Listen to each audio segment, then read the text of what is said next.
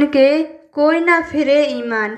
अब जब सनंद की वाणी में सत्य की वास्तविकता का पता चल जाता है कि औरंगजेब एक वो आत्मा है जिसकी निशानियाँ बहुत ग्रंथों में दी गई हैं और उसको जागृत करना श्री जी का मुख्य उद्देश्य है।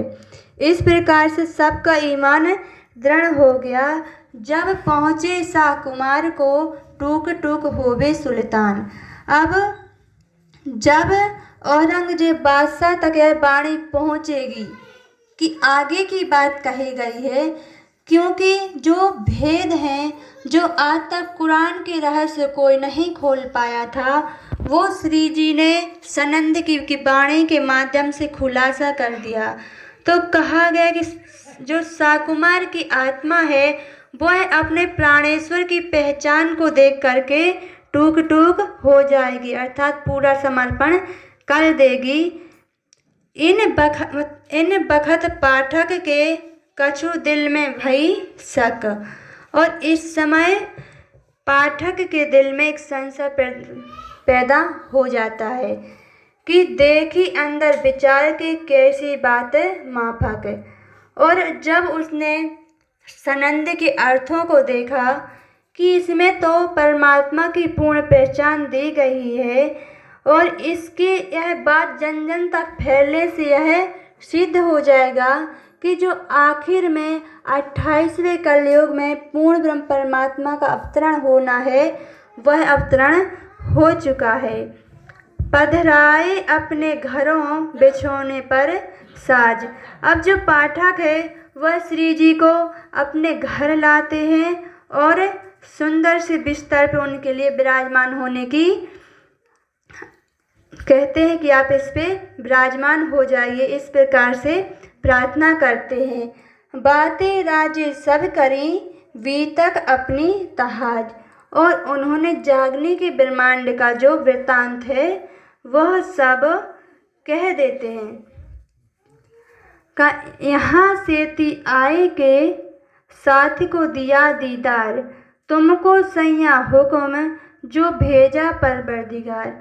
और यहाँ चलकर के पाठक के घर चलकर जहाँ श्री जी रुके हुए थे वहाँ पे सुंदर साथ आ जाते हैं और समस्त सुंदर श्री जी के दर्शन करते हैं और उनको हुक्म दिया, अर्थात राजी के आदेश से वह एक जगह पे मिल जाते हैं।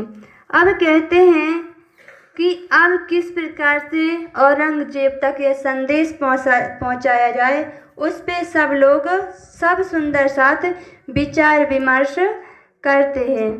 तो कहा हुआ हुक्म हक का शेख बदल ऊपर। तो राज्य की श्री जी की जो कृपा है, जो आदेश है वो शेख बदल के ऊपर होता है। जाओ तुम सुल्तान पे दियो खुश खबर। और कहते हैं कि आप सुल्तान के पास जाइए, अर्थात आप औरंगजेब के पास जाइए और कहिए कि आखिरुल जमा इमाम मोहम्मद मेहदी साहिब जुमा प्रगट हो चुके हैं। इस प्रकार से कहा गया है। अब कहते हैं कि पहुँचे दिल्ली शहर में बखत जुमे नमाज, ईदगाह चला गया मैं पैगाम पहुँचाऊँ आज। और इस प्रकार से जो शेख बदल जी को श्री जी का आदेश होता है, वह उनकी आज्ञा को शिरोधार्य करके सुल्तान के पास अपना पैगाम लेके जाते हैं। और तब जो रमजान का महीना होता है वह चल रहा था। कोई कहे हिंदवी में लिखे यह कलाम, बाता तो बरहक है पर हमें रवा नहीं इष्ठाम। तो कहते हैं कि जो यह सनंद के वचन हैं, भले ही इनका रूपांतरण हिंदी भाषा में, लेकिन वो कहते कि यह भाषा तो हिंदी की है और हिंदी की भाषा को मुस्लिम लोग स्वीकार नहीं करते हैं। आगे कहा गया है कि तब शेख बदल सो झगड़ा हुआई तो उससे पीछे फिर के घरों आए तित। इस प्रकार से सैयद से जो बात होती है सनंद को लेकर के, तो उनसे शेख बदल जी का झगड़ा हो जाता है, क्योंकि वह यह बात मानने को तैयार ही नहीं है कि जो आखिरुल इमाम मोहम्मद मेहंदी हैं वह प्रकट हो चुके हैं। तब शेख बदल ने अपनी कही बीतक, मैं तो बहुत पुकारियाँ इन्हों पीठ दई हक तरफ। तब शेख बदल श्री जी के पास पहुंच जाते हैं और कहते हैं कि मैंने बहुत बहुत प्रयास किया सैयद को यह बात समझाने का कि जो 28वें कलयुग में पूर्ण ब्रह्म परमात्मा का अवतरण होना कहा गया है, बुद्ध जी निष्कलंक अवतार होना कहा गया है, वह अवतार हो चुका है। इस प्रकार से आगे कहते हैं कि फिर बैठे विचार को इन बाता सुने ना कान, और पुनः इस बात पर विचार विमर्श किया जाता है कि किस प्रकार से कर्म कांड में बंधे हुए मुसलमानों को एक परमात्मा की पहचान दी जाए। लाल गोवर्धन मिलके जाए का हो शेख सलेमान। और कहते हैं कि ऐसी स्थिति में अब हमें क्या करना चाहिए। तो श्री जी लालदास जी को और गोवर्धन भाई जी को आदेश देते हैं कि आप जाकर के शेख सुलेमान से बातचीत कीजिए। कहते लाल दरवाजा छोड़ के आए सराय रोहिया खान, और सब सुंदर साथ श्री जी के साथ लाल दरवाजा छोड़ के रोहिया खान नामक एक स्थान है वहाँ पे आ जाते हैं और वह प्रयास करते हैं कि किस प्रकार से औरंगजेब की आत्म जागृति के लिए कुरान के कुछ प्रश्नों पर विचार विमर्श किया जाए, क्योंकि जिस प्रकार से आज हमारा समाज भी यही नहीं जानता है कि जो कल की अवतार जिसे हम मानते हैं कि होने वाला है वह हो चुका है, यह समाज मानने को तैयार ही नहीं है। आज हम देखते हैं सब यह कहते हैं कि जो कल की अवतार है वो भविष्य में कभी होगा, लेकिन जिसको आखिरुल जुमा इमाम मेहंदी कहते हैं वही श्री प्राणनाथ जी, वही कल की अवतार अवतरण हो गया है। 28वें कलयुग में इसकी निशानी आती है कि किस प्रकार से जब कलयुग में, घोर कलयुग में इन निशानों का प्रकट होना होगा तभी श्री प्राणनाथ जी का अवतरण होगा। तो उस समय हमारे यहाँ में जिसे कल की अवतार कहते हैं वही मुस्लिम की भाषा में आखिरी इमाम साहिब जुमा इमाम मेहंदी कहा जाता है। तो अवतरण तो एक ही है, लेकिन समझने में जो भेद है वो हम समझ नहीं पाते। आज बहुत से ऐसे सुंदर साथ या भक्तगण हैं जो यह कहते हैं कि जब कल की अवतार होगा तब मनुष्य बहुत छोटा छोटा होगा और तब सूरज जो है वो पश्चिम दिशा से उगेगा। इस प्रकार का वर्णन सुनने में आता है। तो इसका वर्णन आगे आएगा। तब कहते हैं कि तब एक मुल्ला फारसी का हुक्म हुआ दयाराम। अब जो सनंद की भाषा है और उसमें जिन 22 प्रश्नों को तैयार किया गया है कि इन 22 प्रश्नों के माध्यम से किस प्रकार से औरंगजेब के लिए ये संदेश दें कि अल्लाह हक ताला प्रकट हो चुके हैं। बुलाए लाओ तिनको लिखे फारसी में कलाम। और वह कहते हैं कि जो फारसी का मुल्ला है अर्थात जो फारसी भाषा को जानता है आप उनको बुला लाइए और इस प्रकार से जो उनका अनुवाद है सनंद की जो हिंदी भाषा में अनुवाद है उसका फारसी भाषा में प्रश्न उत्तरी करेंगे। तो अब कहते हैं कि शेख जी मीरा जी का लिखा इत संवाद तिन में सारी हकीकत लिखी जो बुनियाद। इस प्रकार से शेख जी जो कयामत के सातों निशान का प्रकट होना है उसकी वास्तविकता और जितने भी संकेत रूप में निशान लिखे गए हैं उनके रूप में यहाँ पे प्रश्नों की उत्तरी की जा रही है और पत्र बनाए जा रहे हैं। तिन्ने कहिया मेरे पास है दज्जाल नामा, तुमको मैं दिखाऊंगा दज्जाल की सामा। इस प्रकार से जो एक परमात्मा की पहचान है वो ऐसा नहीं कि एक ही धर्म ग्रंथ में दी। आज हमारे वेद शास्त्र उपनिषदों में भी एक परमात्मा की पहचान के संकेत मात्र में निशान दिए गए हैं और उसी प्रकार कुरान में भी वह निशान दिए गए हैं। और इस प्रकार से जो पत्र हैं वह 22 प्रश्नों के पत्र तैयार करते हैं और कहा गया है कि तब लालदास ने उनमें क्या खबर, कुरान अर्थ फारसी है जाहिर सब ऊपर। तब श्री लालदास जी ने उनसे पूछा कि इसमें क्या बात समझाई अर्थात बताई हुई है। तो जो वो व्यापारी था जिन्होंने दज्जाल नामा पुस्तक का नाम बताया हुआ था, उन्होंने कहा कि इसमें कुरान का फारसी भाषा में अर्थ किया गया है और सबसे सरल भाषा में इसका अर्थ बताया गया है। लाल फिर उनके घर गए, फिरते भये दिन 4 और लालदास जी उनके घर जाते हैं।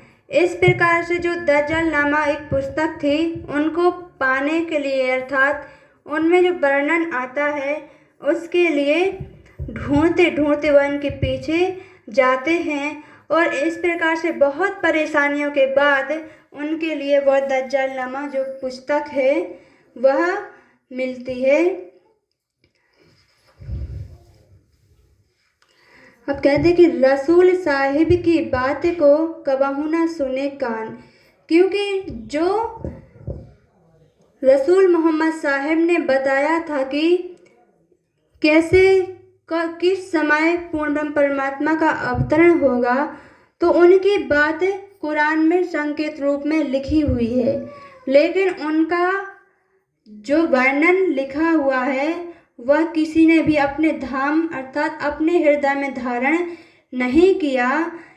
आए मजलिस मोमिनों की यहाँ बिना मोहम्मद और इन बात। और इस प्रकार से जब भी सुंदर साथ की सभा में आए वहाँ चर्चा में मोहम्मद साहब के अतिरिक्त और कोई भी बात नहीं चल रही थी, क्योंकि आज जिसके लिए यह ज्ञान हम देने की बात कर रहे हैं एक तो वह मुस्लिम है और कट्टर विरोधी भी है, क्योंकि जो हिंदुओं को काफिर समझता है, हिंदुओं का मुख भी देखना नहीं चाहता और उसी के लिए इस ज्ञान को देना बहुत बड़ी बात है।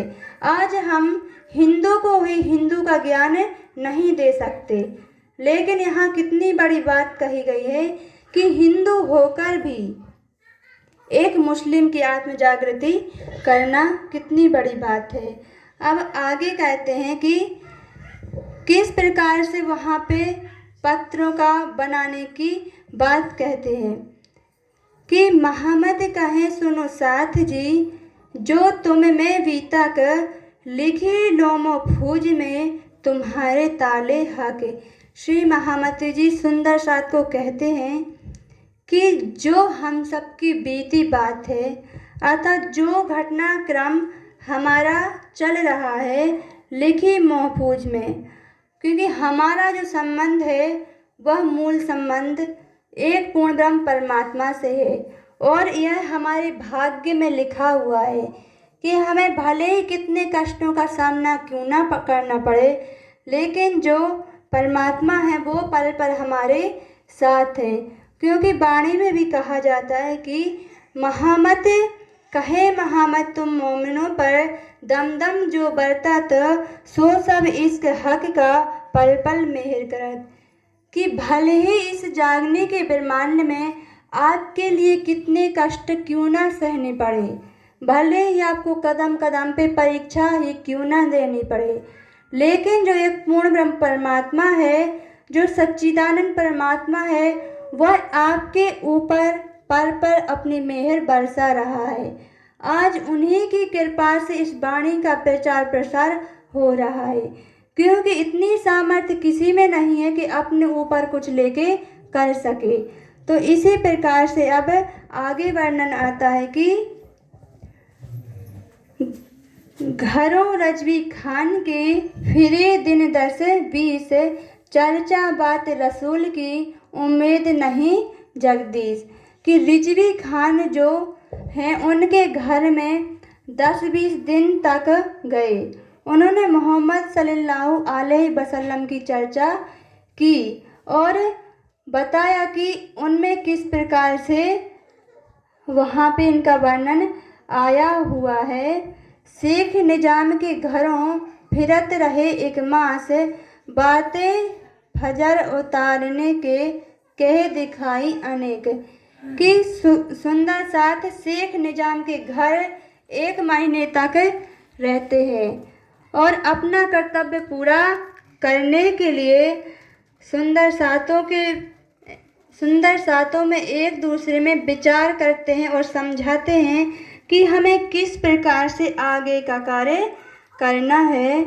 तो आगे कहा गया है कि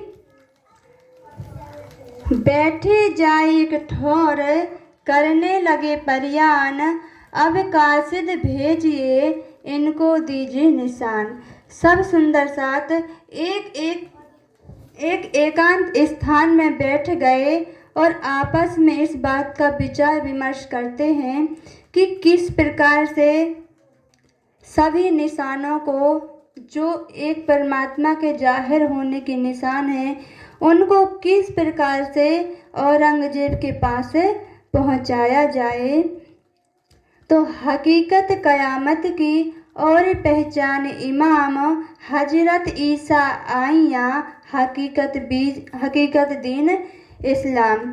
की हकीकत कहते हैं वास्तविकता को, सत्य ज्ञान को, यथार्थ ज्ञान को। जो हकीकत है क़यामत की, अर्थात जब पूर्ण ब्रह्म परमात्मा के अवतरण होने की बात की गई है। हजरत ईसा आइया, हकीकत दीन इस्लाम। और लिखा हुआ है कि जब आखिरुल इमाम मोहम्मद मेहदी साहिब जुमा की पहचान बताई जाएगी, तब इन सब निशानों का वर्णन आता है। आजूज माजूज जाहिर, उगा सूर मगरब, दाभा हुई जाहिर, ये सब लिखे सबब। अब पहले से ही कहा गया था कि जब एक पूर्ण ब्रह्म परमात्मा का अवतरण होगा तो उस समय जो आजूज माजूज हैं उनका प्रकटन हो जाएगा। तो आजूज माजूज का अर्थ होता है कि दिन और रात का प्रकट होना। दिन और रात तो पहले से थे, लेकिन जो वाणी की वास्तविकता को पहचाने कि पहले भी अज्ञानता के कारण व्यक्ति मनुष्य अपना जीवन खोते आ रहे थे, लेकिन जब से एक पूर्ण ब्रह्म परमात्मा की पहचान बताई गई, तब से कहा गया है कि प्रत्येक व्यक्ति अपने जीवन में जो समय है उसका उपयोग करे। इस प्रकार से दिन और रात्रि का प्रकट होना कहा गया है। उगा सूर्य मगरब, और जो अरब देश में है उस सूर्य का उगना कहा गया है, क्योंकि संकेत रूप में पहले ही लिखा गया था कि पश्चिम से सूर्य उगेगा। लेकिन सोचिए कि प्रकृति का जो नियम है वो कभी भंग नहीं हो सकता। जो बाहरी दिखावटी सूर्य है वो तो हमारी पूर्व दिशा से ही उगेगा।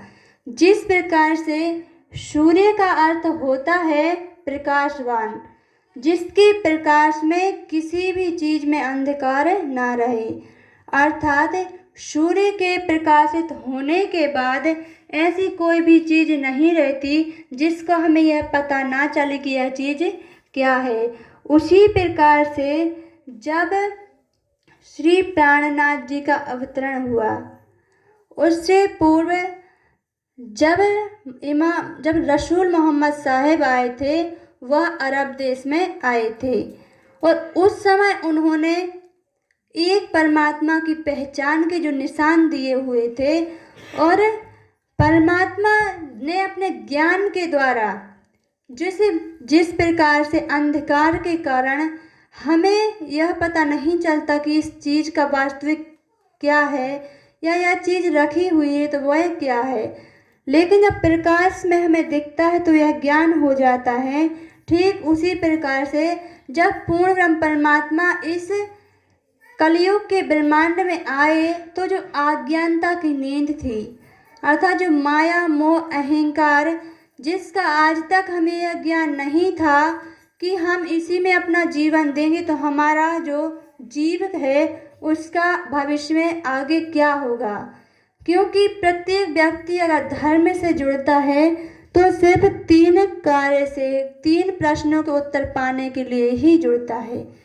कि हम देखते हैं आज हम किसी की बेटी हैं और अगर हमारे यह तन छूट जाएगा, यह शरीर छूट जाएगा तो जो हमारा जीव है वो कल किसी की योनि में और जाएगा। आज मैं आपकी बेटी हूँ तो कल किसी की और बेटी बनूंगी। इसी प्रकार से यह पता किसी को नहीं है कि मेरा जो स्वरूप है वह क्या है।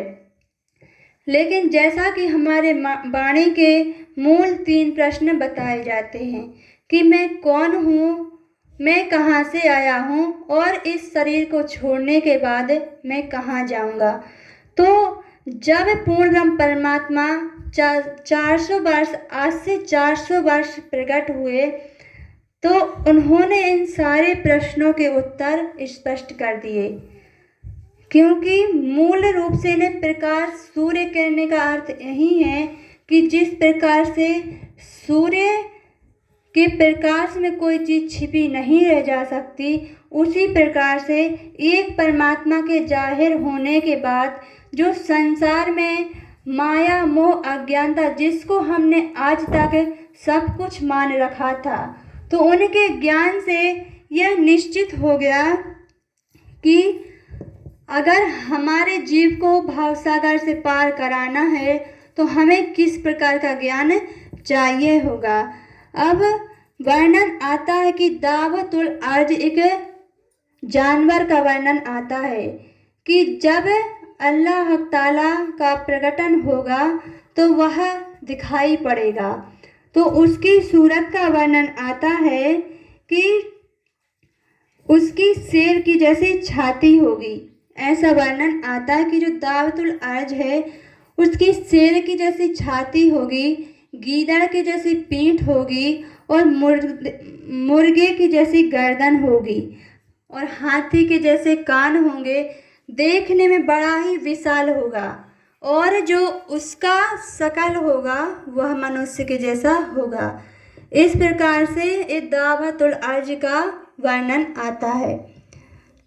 लेकिन कहा गया है, इसका स्पष्ट रूप इस प्रकार से बताया गया है कि जैसे शेर में दया नहीं होती, शेर जो है वह अपने पेट भरने के लिए किसी भी प्राणी को दया नहीं दिखाता कि मेरे चंगुल में अगर यह प्राणी फंस गया है तो मैं इसको छोड़ दूं। ठीक उसी प्रकार से जो कलयुग का व्यक्ति है, ये दावतुल अर्ज किसी जानवर का नाम नहीं दिया गया है, ये हम मनुष्य के अंदर विराजमान है। क्योंकि जब मनुष्य के अंदर ज्ञान नहीं होता, तप नहीं होता, वैराग्य नहीं होता, सत्य नहीं होता, तो वह एक जानवर के समान होता है, एक पशु के समान होता है। ठीक उसी प्रकार से जितने भी ये निशान बताए गए हैं वह एक मनुष्य के लिए बताए गए हैं कि जैसे शेर किसी पर दया नहीं दिखाता, ठीक उसी प्रकार से जो कलयुग में मनुष्य होगा वो अपने स्वार्थ के लिए, उसे अपना स्वार्थ निकालना है, तो सामने वाले व्यक्ति को दुख हो, सुख हो, लाभ हो या हानि हो, किसी भी प्रकार की परिस्थिति ही क्यों ना हो, तो उस व्यक्ति को कोई फर्क नहीं पड़ेगा। इसलिए कहा गया है कि शेर की जैसी छाती है और कहा कि गीदड़ की जैसी पीठ है। तो जो गीदड़ की पीठ होती है वो बहुत ही कमज़ोर होती है।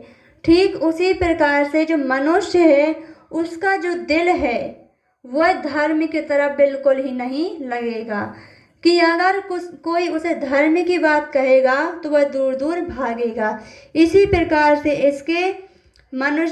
इस जो मनुष्य का यहाँ वर्णन किया जा रहा है वह ना किसी को देखने में दिखता है, क्योंकि ये जानवर जो बताया गया है वह हमारे ही दिलों में बैठा हुआ है, जिसको हम इब्लीस नाम से भी जानते हैं।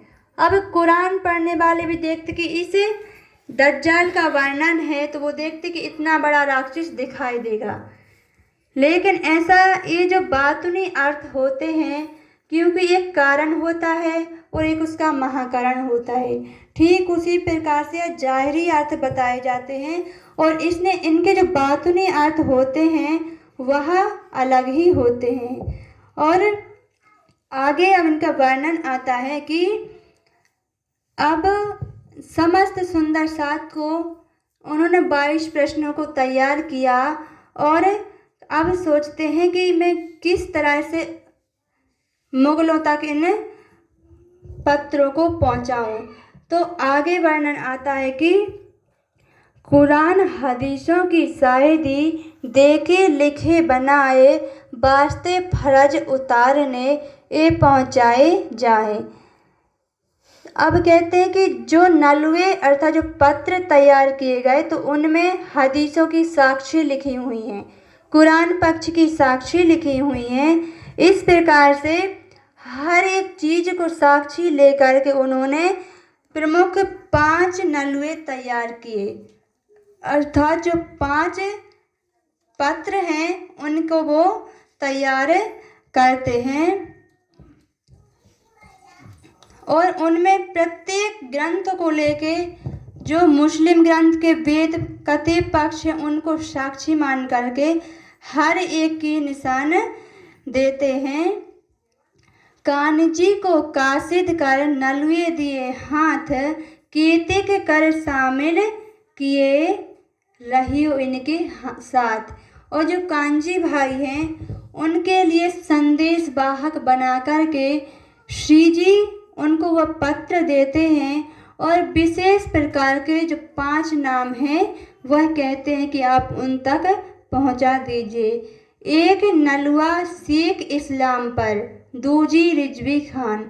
और जो प्रथम नलवा है वो कहते हैं कि जो शेख इस्लाम अर्थात जो काजी शेख इस्लाम है, क्योंकि यहाँ कतिब पक्ष का ज्ञान देना है और औरंगजेब की आत्म जागृति करना है, तो उनके जो विशेष पद पर प्रमुख व्यक्ति होते हैं उन्हीं के लिए यह नलवे देने की बातें की जाती है। तो पहला नलवा काजी शेख